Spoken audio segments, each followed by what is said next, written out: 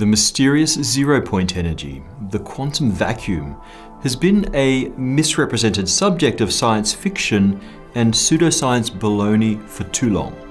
Let's talk about what vacuum energy really can and really can't do.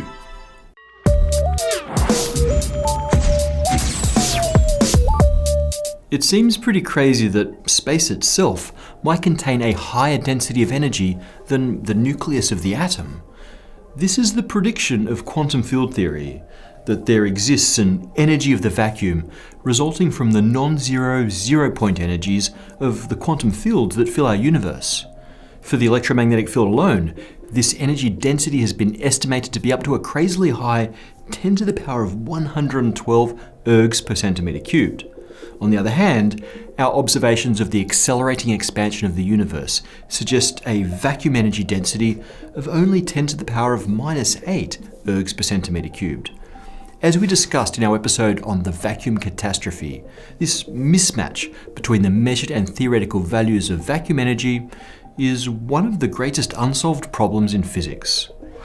Despite this minor glitch, quantum field theory is arguably the most successful theory in all of physics in terms of sheer predictive power. This means we should take the idea of zero-point energy seriously and are justifiably perplexed at the mismatch between theory and measurement. But the scientific validity of zero-point energy has also encouraged some pretty terrible pseudoscience and outright quackery on the subject. From accessing this energy as a free power source, to manipulating it to generate warp fields, or pushing against the vacuum energy in propulsionless spaceship engines. Today, I want to debunk some of the nonsense surrounding the quantum vacuum. Let's start with the physics. If the vacuum has an energy density of 10 to the power of ridiculous ergs per centimeter cubed, where is it? Why can't we pull infinite free energy out of nothing? Well, the answer lies in entropy and the second law of thermodynamics. Entropy can be thought of as a measure of the specialness of the arrangement of a system of particles. Higher entropy means a more disordered arrangement. The universe tends towards disorder, and so a highly unusual arrangement will decay over time. The entropy of a closed system always increases, and that's the second law of thermodynamics right there. We harness that decay of order whenever we draw energy from a system. For example, the piston in a car engine only rises when the interior chamber becomes much hotter than the exterior. The combined volume of the inside and outside of the piston chamber is in a low entropy configuration. It's a special, unusual configuration of particles. In its return to high entropy equilibrium, energy is extracted and your car accelerates. But try to drive your car in a dense 1500 Kelvin atmosphere, and that piston has no reason to rise. It's already in equilibrium. Your car doesn't go anywhere, and then it explodes. So even if a system contains a lot of energy, that energy may be inaccessible. And this would be the case even with an extremely energetic quantum vacuum. On its own, the vacuum is the same everywhere. It's already in perfect equilibrium. Energy is extracted in the movement towards equilibrium, in the increase of entropy. No such movement is possible for the vacuum, and so the vacuum contains no useful energy. This is why so-called zero-point energy machines are baloney. They claim to access an inexhaustible source of energy, but no such source exists. In order to access vacuum energy, we'd need to introduce a disequilibrium. In fact, we'd need to reduce the vacuum energy in one region of space. The universe would then try to fill that energy whole, and we could harness that to extract energy. In fact, there's one way to do this, with the Casimir effect. If you bring a pair of conducting plates very close together, a proportion of the virtual particles will be excluded from between them. By cutting off certain frequency modes between the plates, you lower the vacuum energy in that region. The result is a pressure differential that produces a measurable force, pulling the plates together. Now we talk about that in detail here. So what about building a Casimir engine? Unfortunately, no. While that initial pull between the plates may seem like a free lunch, to extract continuous energy, you need to pull the plates apart again. This takes as much energy as you originally gained.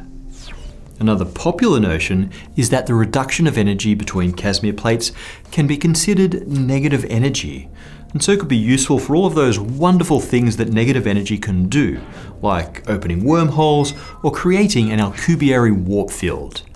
Well, if we define the average vacuum energy as 0, then the Casimir effect produces negative energy. Unfortunately, the vacuum energy between Casimir plates is very much positive in an absolute sense. The gravitational effect of energy depends on its absolute value. That means the vacuum energy between Casimir plates still produces positive spatial curvature, not the negative curvature required for warp drives. Another popular use for the quantum vacuum is as a medium to push against for propulsionless engine systems like the RF resonant cavity thruster, aka the EM drive. This notion is particularly silly. The fact is, any acceleration of a real particle involves a transfer of momentum between real particles via virtual particles. Virtual particles, and hence the quantum vacuum, mediate all forces. However, it's not possible to transfer momentum from a real particle to the vacuum without getting another real particle out the other end.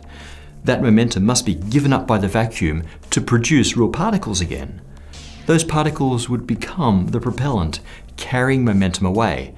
In the case of the EM drive, the proposal is that microwaves within the drive's resonant cavity push against the quantum vacuum. If particles are somehow extracting momentum from the resonant cavity, then they're giving it up again to real particles, probably photons, on the outside.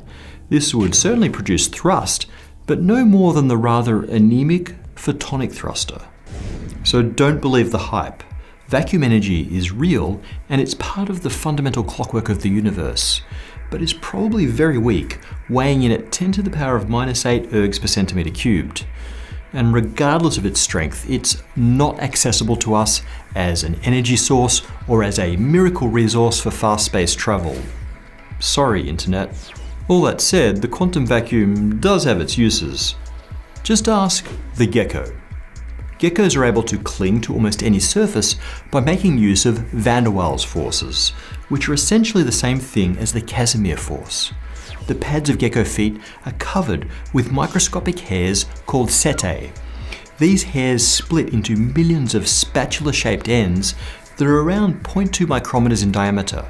When a gecko presses its cute little feet onto any surface, a fraction of these hairs are close enough to the surface so that Casimir forces come into effect. Geckos literally manipulate quantum vacuum energy to climb walls. You know what? This suggests a good challenge question.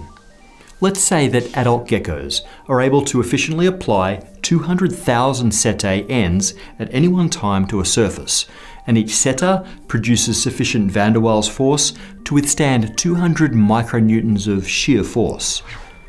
How many geckos do you need to catch and put on a leash in order to drag you up any wall, using only the power of the quantum vacuum? And I guess we should have an extra credit question.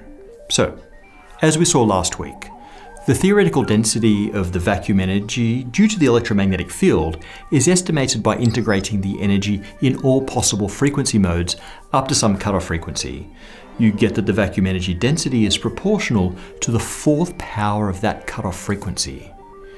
Based on the vacuum energy densities we've already talked about, answer me this. What cutoff frequency is needed for this theoretical estimate to give the energy density implied by dark energy? And is this a possible maximum virtual photon frequency given the results of Casimir experiments? Why or why not? Email your answer to one of these questions to pbsspacetime@gmail.com within 2 weeks of the release of this video. Use the subject line 0-point challenge because we filter by subject line. Make sure you show all of your work. We'll choose 6 correct answers to win one of our t-shirts so you can show off your mastery of the mysteries of space-time.